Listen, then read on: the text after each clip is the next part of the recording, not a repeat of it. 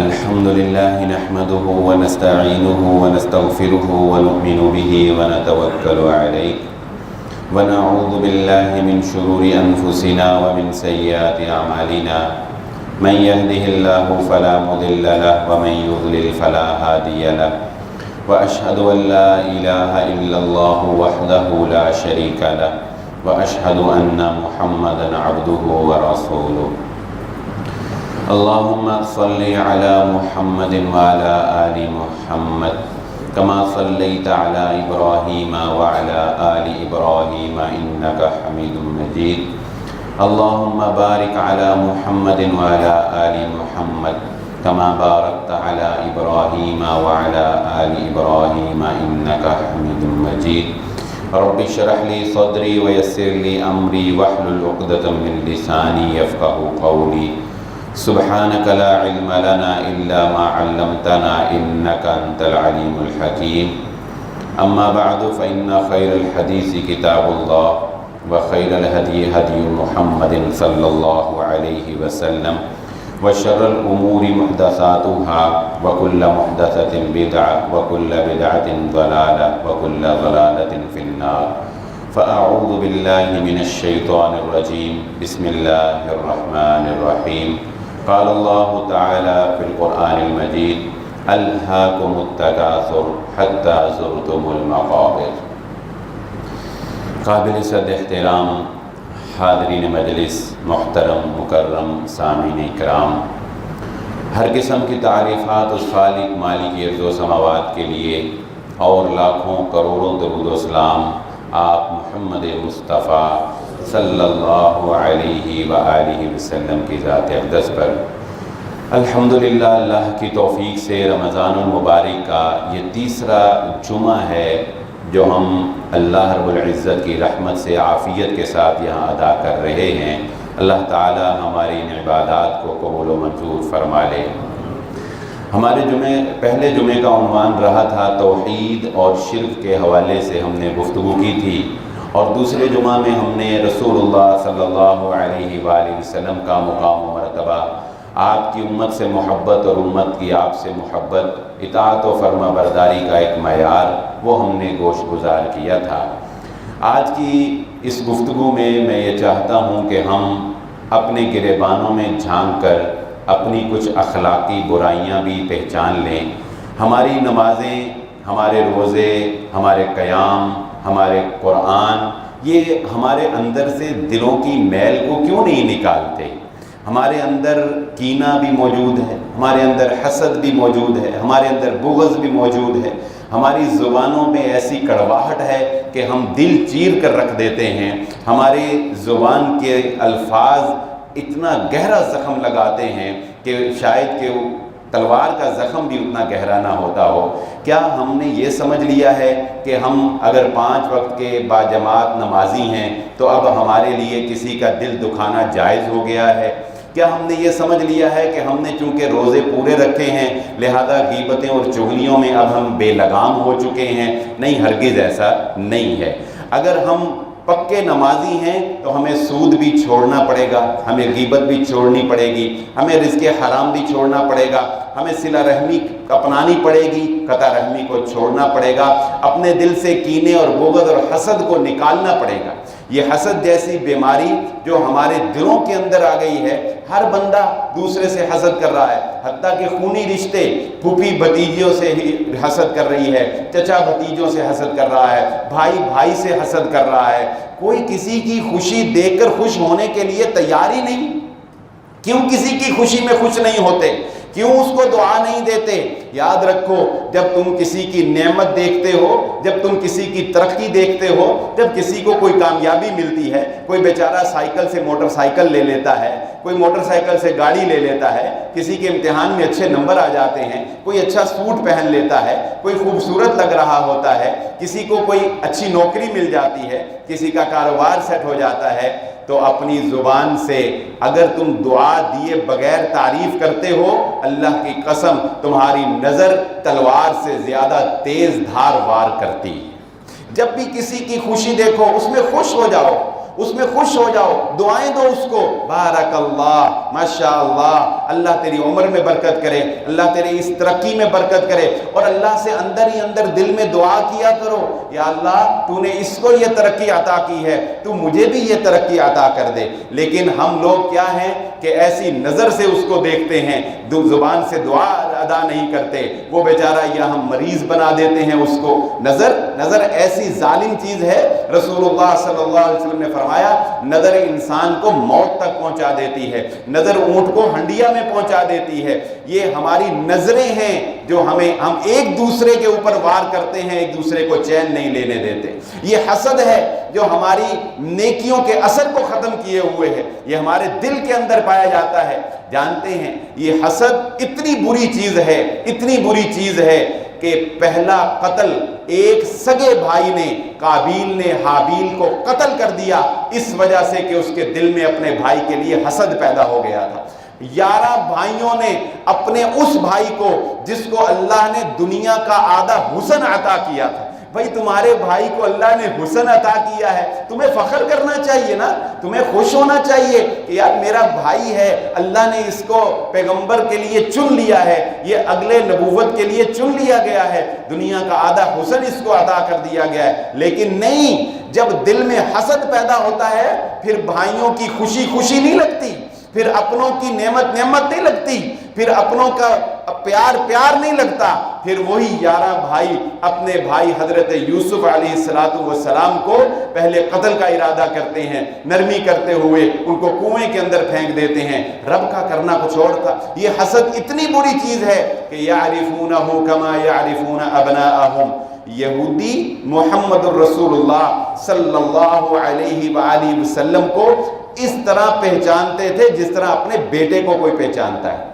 اللہ تعالیٰ قرآن میں کہتے ہیں نا کہ یہ یہود اللہ کے نبی صلی اللہ علیہ وسلم کو بحیثیت نبی، بحیثیت رسول اتنا پہچانتے ہیں کہ جیسے کوئی اپنے بچوں کو پہچانتا ہے۔ بچے کو پہچاننے میں غلطی تو نہیں لگتی نا کہ یہ میرا ہی بچہ ہے، تو اللہ رب العزت فرماتے ہیں پہچانتے ہیں لیکن ان کی ماننے کے لیے تیار نہیں ہے۔ اور رکاوٹ کیا ہے کہ یہ حسد دل میں پایا جاتا ہے کہ یہ بنی اسرائیل سے کیوں نہیں آئے، یہ نبوت کا تاج بنو اسماعیل کے اندر کیوں رکھ دیا گیا ہے۔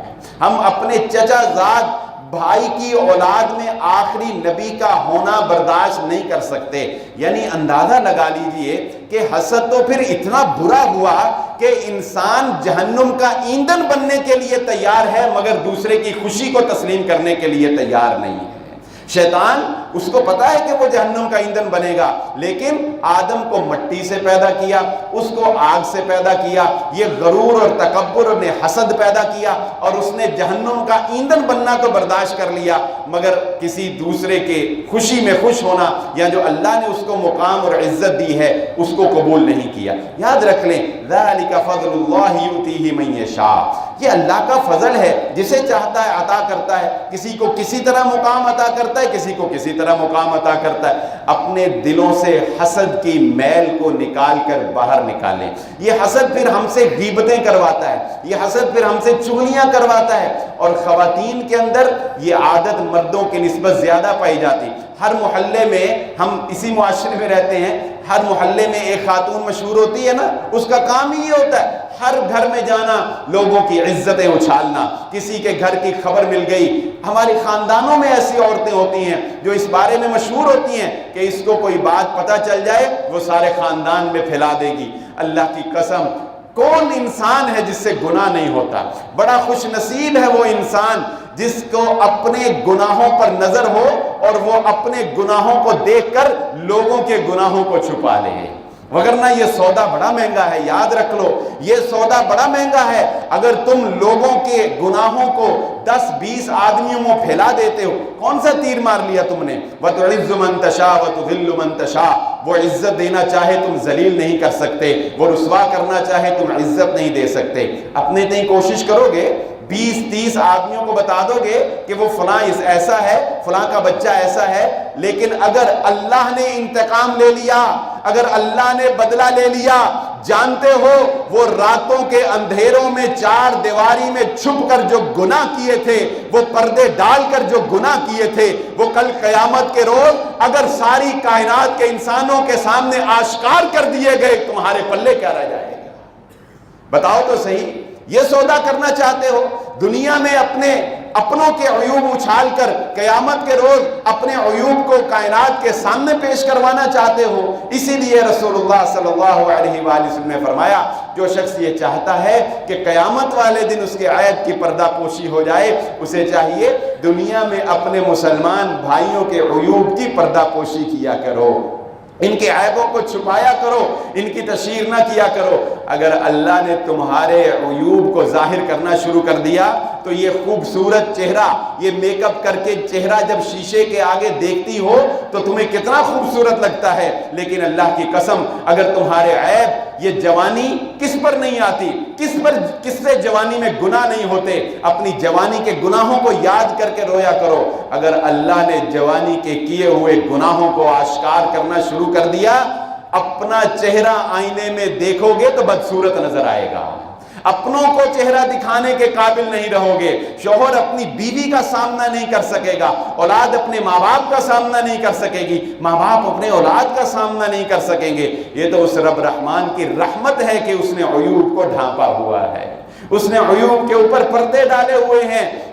لیکن یہ ہماری زبانیں ہیں کہ سنبھلنے کے لیے تیاری نہیں ہے۔ یہ غیبت جو ہماری مجلسوں کی رونق بن چکی ہے، محمد رسول اللہ صلی اللہ علیہ وآلہ وسلم نے اس کی تعریف یہ بیان فرما دی کہ اپنے مسلمان بھائی کے عیب کو اس کی عدم موجودگی میں بیان کرنا، اگر اس کے سامنے بیان کیا جاتا تو اس کو غصہ آتا، اس کی تضحیک ہوتی۔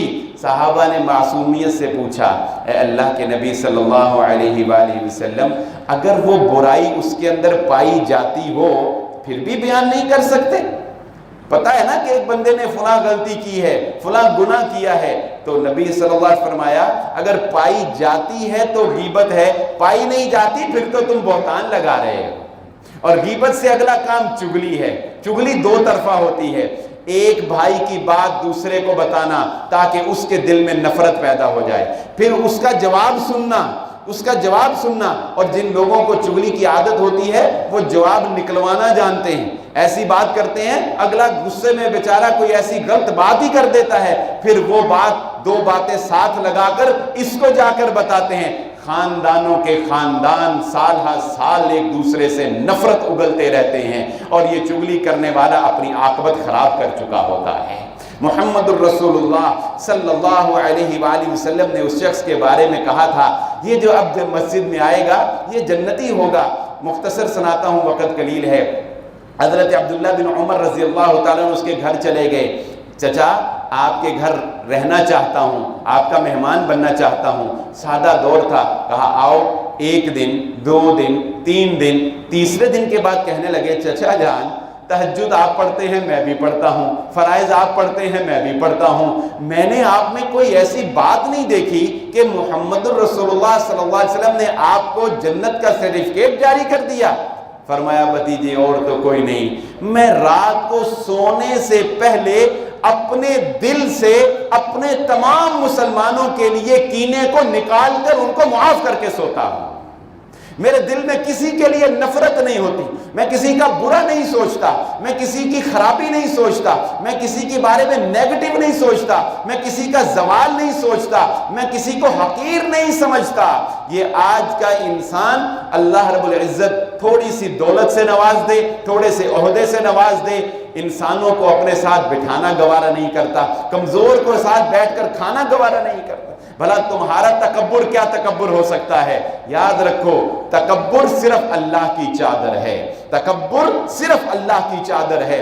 اگر تم نے تکبر اختیار کیا تو ماضی میں نظر دوڑا کے دیکھ لو، نمرود بھی بڑا متکبر تھا، جس راستے سے گزرتا تھا کسی کو سر اٹھانے کی جرت نہیں، سر جھک جایا کرتے تھے۔ اللہ نے جب خاک میں ملایا ایک مچھر سے اس کے غرور کو نیست و نابود کر دیا۔ قارون بھی بڑا متکبر تھا، جب نکلتا تھا اونٹوں پر اس کا تجارت کا سامان، اس کے خزانے لادے جاتے تھے، اس کی چابیاں لادی جاتی تھیں۔ اللہ نے جب ذلیل کیا اس کے ساز و سامان سمیت زمین کے اندر دھنسا دیا۔ فرعون بھی بڑا متکبر تھا، جو اس کو خدا نہ مانے اس کو قتل کروا دیتا تھا، اللہ رب العزت نے دریا میں غرق کر دیا۔ ابو لہب بھی بڑا متکبر تھا، لیکن جانتے ہو اس کا انجام کیا ہوا تھا؟ کوئی اس کی لاش کو دفنانے کے لیے تیار نہیں تھا۔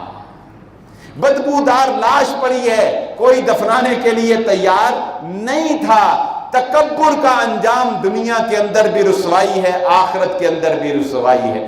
عاجزی اور انکساری، معافی اور درگزری، اسی میں اللہ نے مسلمانوں کی خیر رکھی ہے، اسی میں اللہ رب العزت نے پنہاں ہماری خیر رکھی ہے۔ اگر کسی کا بھلا نہیں کر سکتے، بعض بندوں کی عادت ہوتی ہے، عادت کے اتنے سخت، لیکن یاد رکھو عادت کا سخت ہونا، مزاج کا سخت ہونا تمہیں اس بات کی اجازت نہیں دیتا کہ تم لوگوں پر برس پڑو۔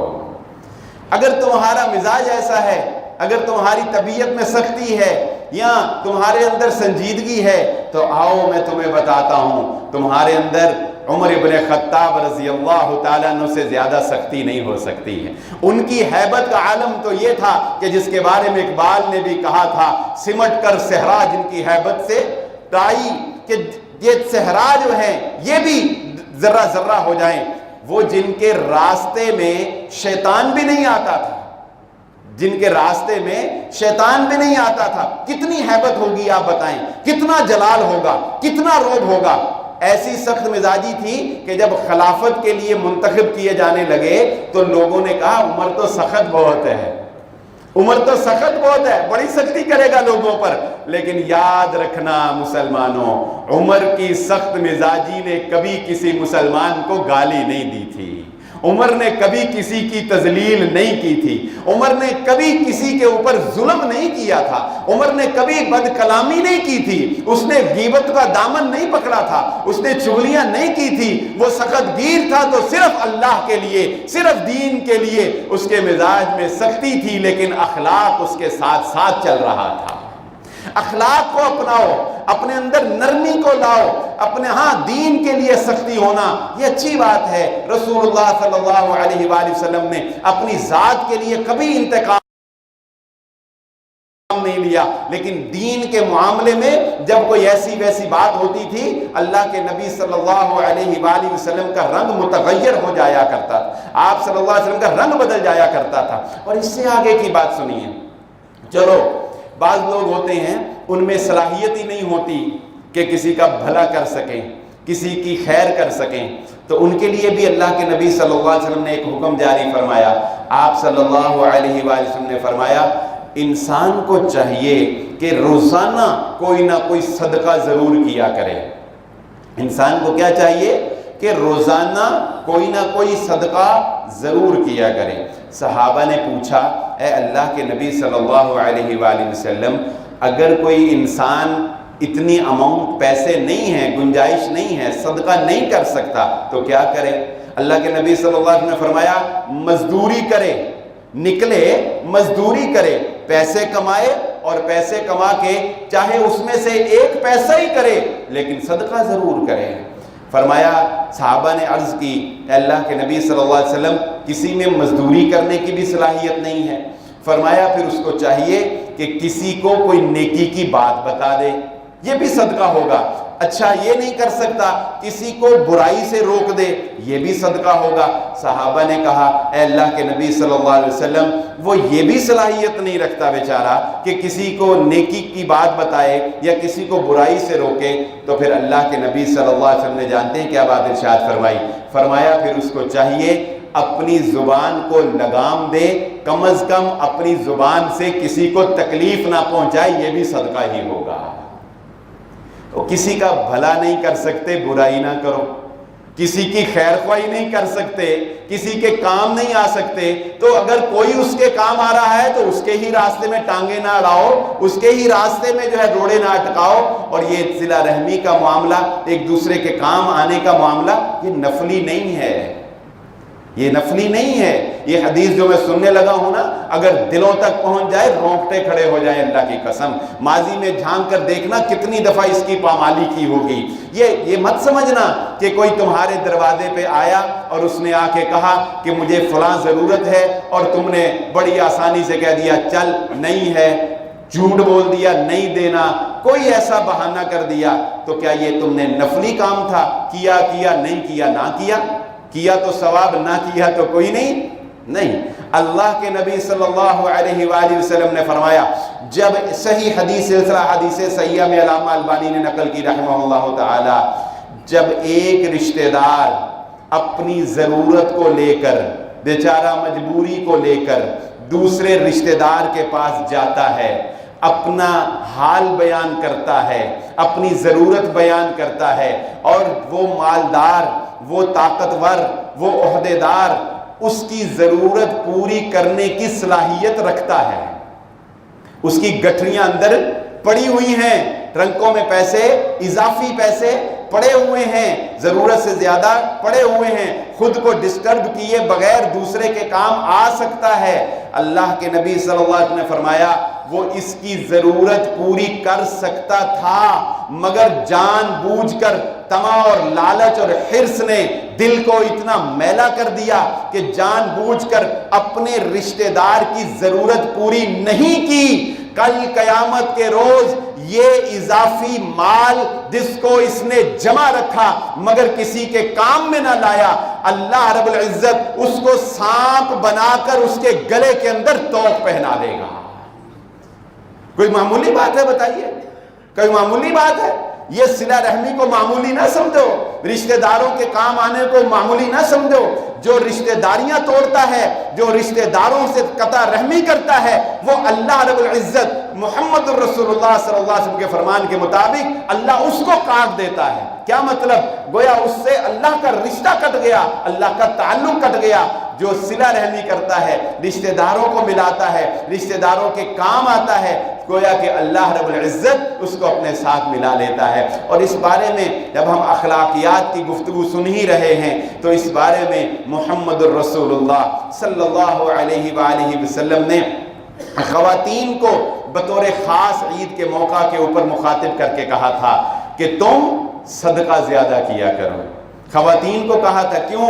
یہ حسد، یہ بغض، یہ کینہ، یہ چغلیاں، یہ غیبتیں، یہ جاسوسیاں، ایک دوسرے کے ساتھ تو میں رہنا اور یہ نظر لگا دینا، یہ سارے معاملات یہ خواتین سے زیادہ وابستہ ہے۔ اللہ کے نبی صلی اللہ علیہ وسلم خواتین کو فرماتے ہیں صدقہ کیا کرو، زیادہ صدقہ کیا کرو، مردوں سے زیادہ کرنا چاہیے۔ کیوں؟ میں نے جہنم میں تمہاری کثرت کو دیکھا ہے، میں نے جہنم میں تمہاری کثرت کو دیکھا ہے۔ کیوں کثرت کو دیکھا ہے؟ اللہ کے نبی صلی اللہ علیہ وآلہ وسلم نے فرمایا فرائض اپنی جگہ، یاد رکھنا نوافل کے مقابلے میں اعلیٰ اخلاق کو زیادہ درجہ حاصل ہے۔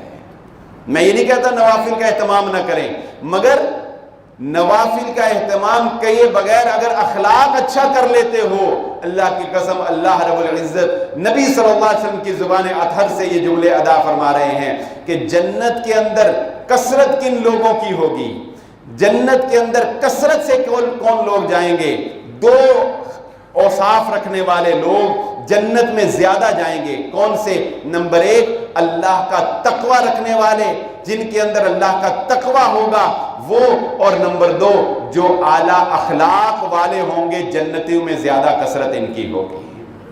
اس حدیث سے کیا پتہ چلا کہ اگر انسان صرف فرائض پورے کرتا رہے نا فرائض پورے کرتا رہے، اپنے اخلاق کو سنوار لے، تو بلا شبہ اس کے اعلیٰ اخلاق کی وجہ سے اللہ رب العزت اس کو جنت عطا فرما دے گا۔ اور جہنم میں متکبرین کی کثرت ہوگی، جبارین کی کثرت ہوگی، بد اخلاقی جو لوگ ہیں، جو تانے دینے والے لوگ، جو دوسروں کی تضحیق کرنے والے لوگ، جہنم میں ان کی کثرت ہوگی، اور ان بد اعمالیوں کی وجہ سے اکثر لوگ جہنم کے اندر چلے جائیں گے۔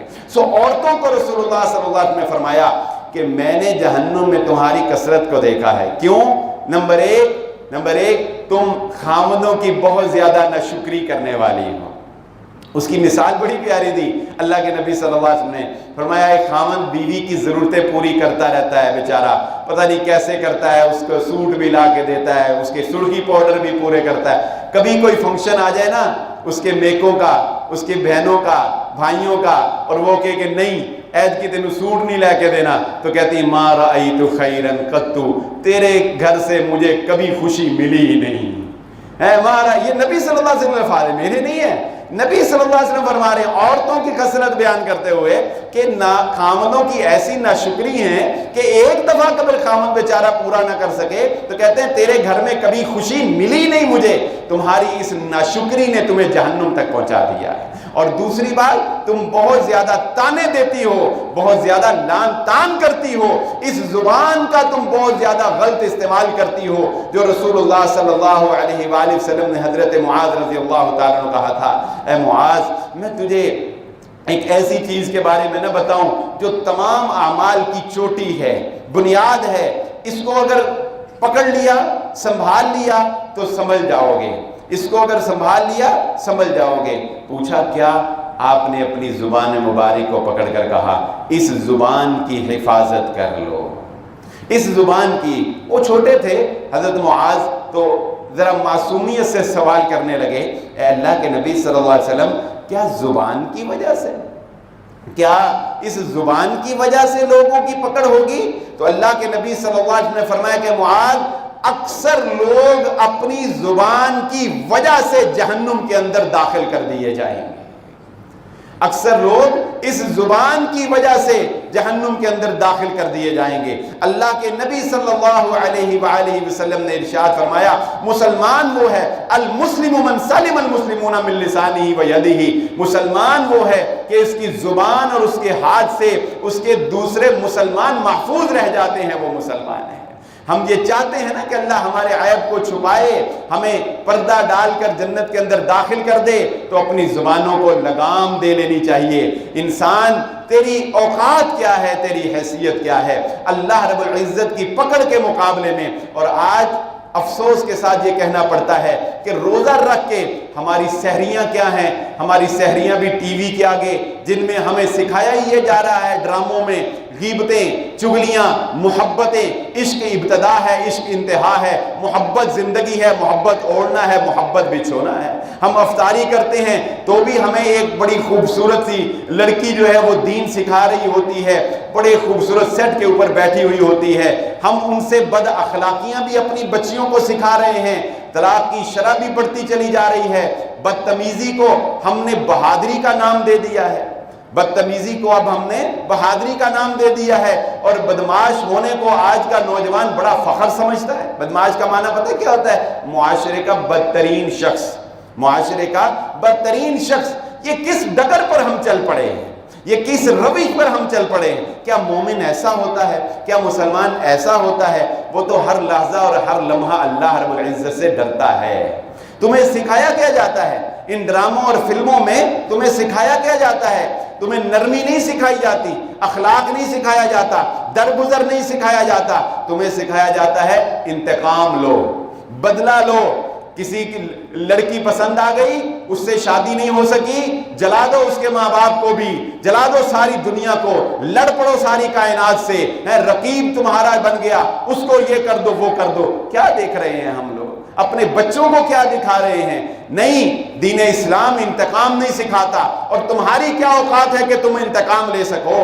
تمہاری کیا اوقات ہے کہ تم انتقام لے سکو؟ تمہاری طاقت ہی کیا ہے کہ تم کسی سے بدلہ لے سکو؟ اللہ کی قسم، بدلہ لینے کی طاقت تو ان میں تھی کہ جن کو اللہ رب العزت نے فرشتہ بھیج کر کہا تھا اے محمد صلی اللہ علیہ وسلم کوئی ہاتھ نہیں اٹھانا پڑے گا، کوئی کلاشنکوف لے کر نہیں بھاگنا پڑے گا، کوئی تھانے جا کے پرچہ نہیں کٹانا پڑے گا، کسی جج کو رشوت دے کے اپنے حق میں فیصلہ نہیں کروانا پڑے گا، کوئی جھوٹے کیس نہیں کرنے پڑیں گے کسی کو رسوا کرنے کے لیے۔ ان دو لبوں کو ہلا کر اس فرشتے کو صرف اجازت دے دیں، یہ پہاڑوں کو ملا دے گا، طائف والوں کا قیمہ بن جائے گا۔ دنیا نہیں جانے گی کہ طائف نام کی کوئی بستی تھی۔ بتائیں ایسی طاقت کسی کے پاس ہے؟ لیکن اس طاقت کے باوجود ہمارے نبی ہمیں سکھا رہے ہیں لوگوں درگزر کرنا، معاف کرنا، درگزر کرنا، معاف کرنا۔ کافروں کو معاف کیا، کافروں سے درگزر کی، جنہوں نے آپ کو لہو لہان کیا ان کو معاف کر دیا۔ تکبر میرے نبی محمد رسول اللہ صلی اللہ علیہ وسلم نے سکھایا۔ اور اس سے بھی آگے چلے جاؤ، اگر اللہ نے انتقام لے لیا، اگر اللہ نے تمہیں پکڑ لیا تو یاد ہے، پتہ ہے، تمہارا اپنا بھائی، تمہارا اپنا باپ، تمہارا اپنا بیٹا تمہارے ہاتھوں میں تمہارے سامنے چلا گیا، بتاؤ روک سکے ہو؟ اگر تمہیں اتنا ہی لگتا ہے فَلَوْلَا إِن كُنتُمْ غَيْرَ مَدِينِينَ تَرْجِعُونَهَا إِن كُنتُمْ صَادِقِينَ، اگر تمہیں لگتا ہے تم پر کسی کا زور نہیں چلتا، بڑے طاقتور، جس کو چاہو ذلیل کر دو، جس کو چاہو نیچا کر دو، جس کو چاہو اپنے سامنے بچھاڑ لو، بڑے طاقتور ہو۔ اللہ کہتے ہیں اچھا دیکھ، تیری طاقت بھی دیکھ لیتے ہیں، تیرے سامنے پڑا ہوا تیرا اپنا پیارا، تیرا بیٹا، تیرا لخت جگر، نوجوانی کے عالم میں بیماری کوئی نہیں تھی، ہم اس کو اپنے پاس بلانے لگے ہیں، لے اگر تجھ میں اتنی طاقت ہے تو اس کو روک کر دکھا دے۔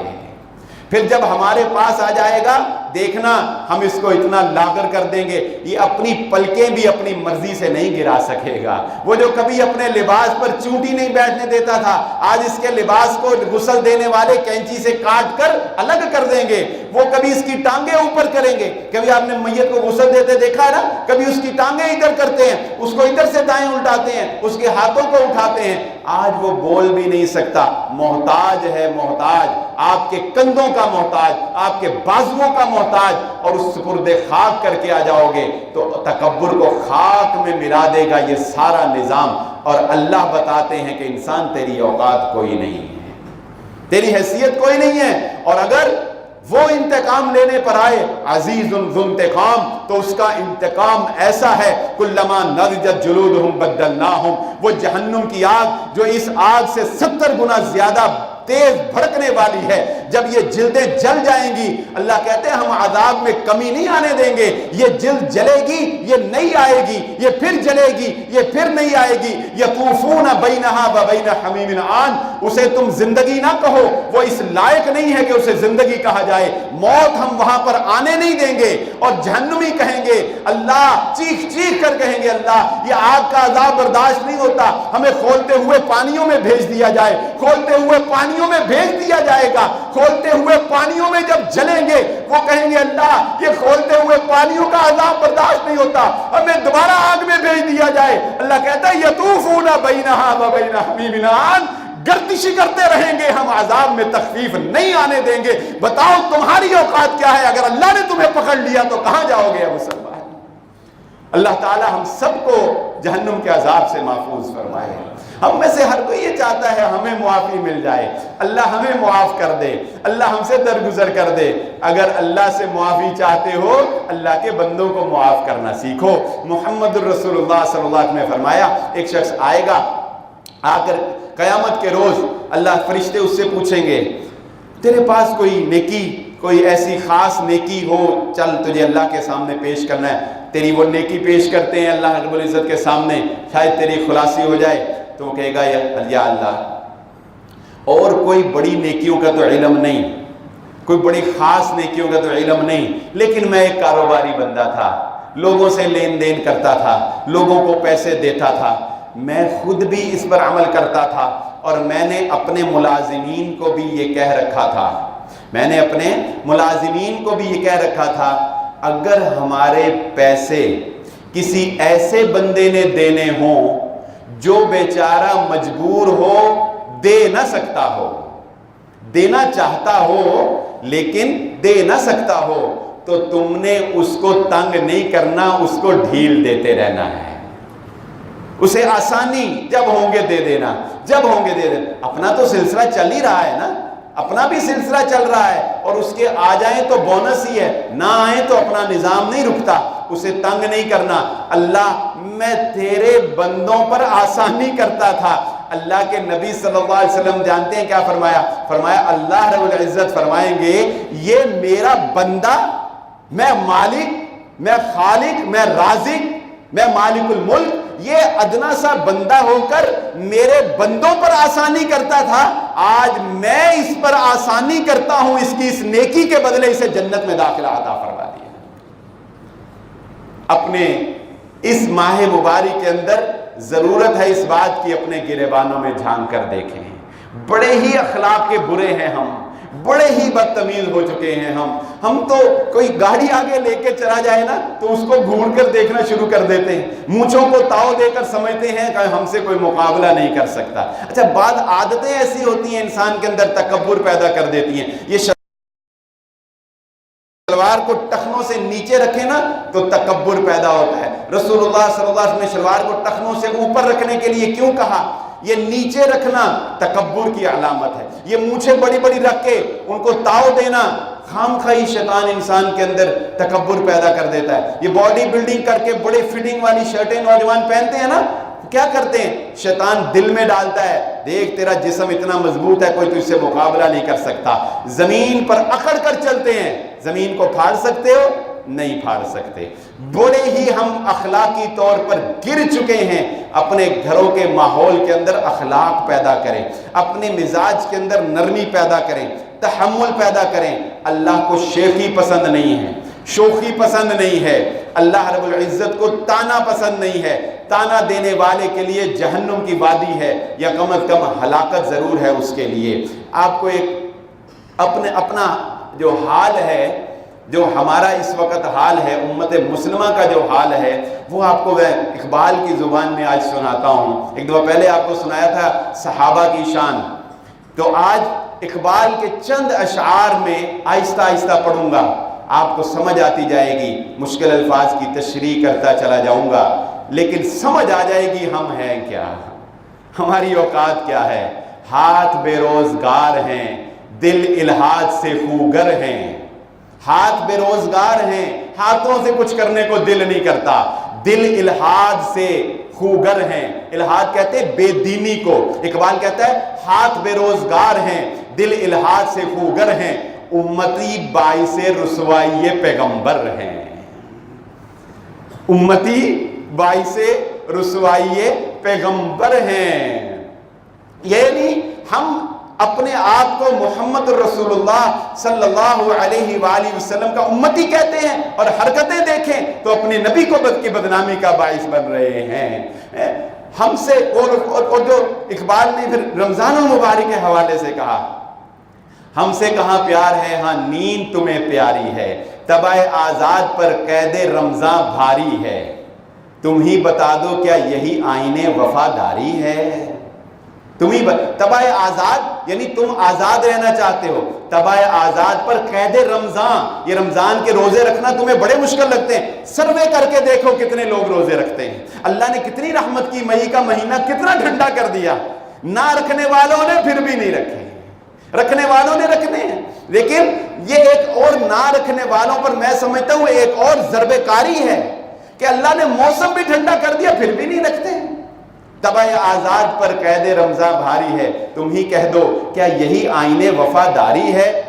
جن کو آتا نہیں دنیا میں کوئی فن تم ہو، جن کو آتا نہیں دنیا میں کوئی فن تم ہو، اپنے ہی نشیمن کی جنہیں پرواہ نہیں تم ہو، تم ہی وہ قوم ہو جسے پرواہ نشیمن نہیں ہے، یعنی تم وہ ہو جنہیں اپنے ملک کی فکر نہیں، اپنے گھر کی فکر نہیں، تم وہ ہو۔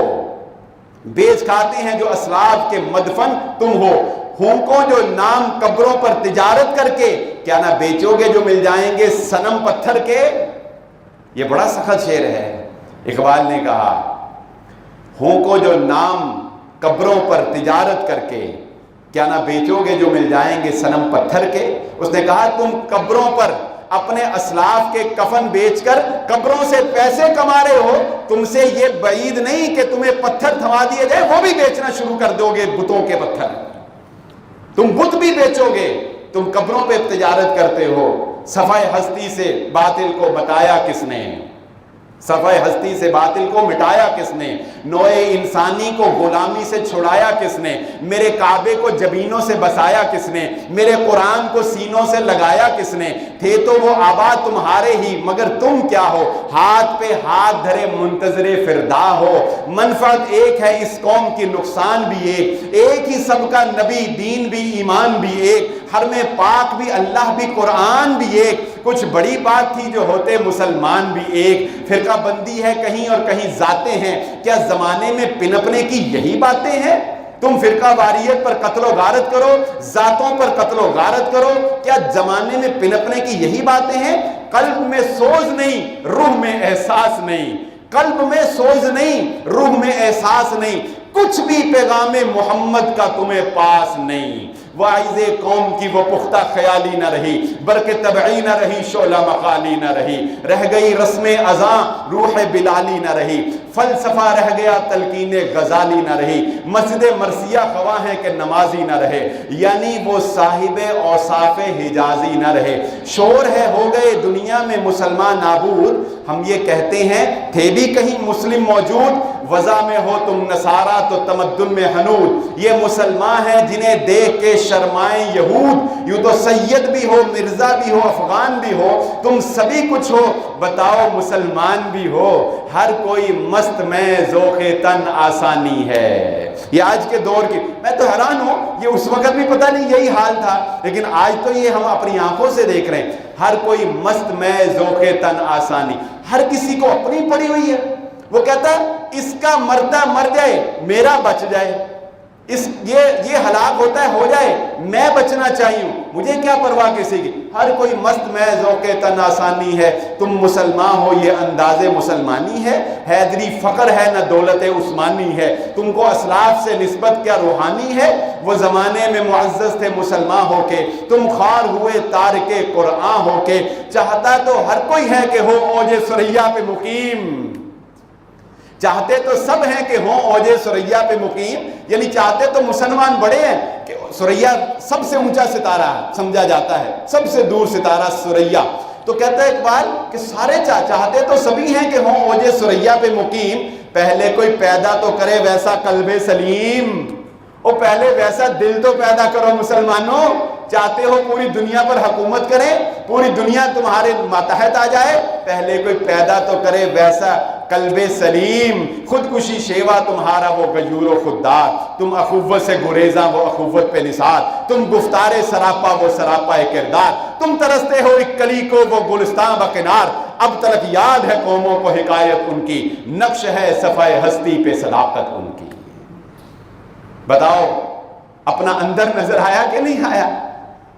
اپنے اندر گریبانوں میں جھانک کر اپنی حالت زار نظر آئی کہ نہیں آئی؟ یہ ہے ہماری حالت، ہم پتہ نہیں کس طرف جا رہے ہیں۔ اللہ رب العزت سے دعا ہے اللہ مجھے اور آپ کو اپنی اصلاح کرنے کی توفیق عطا فرما دے۔ وما علیہ الا البلاغ المبین۔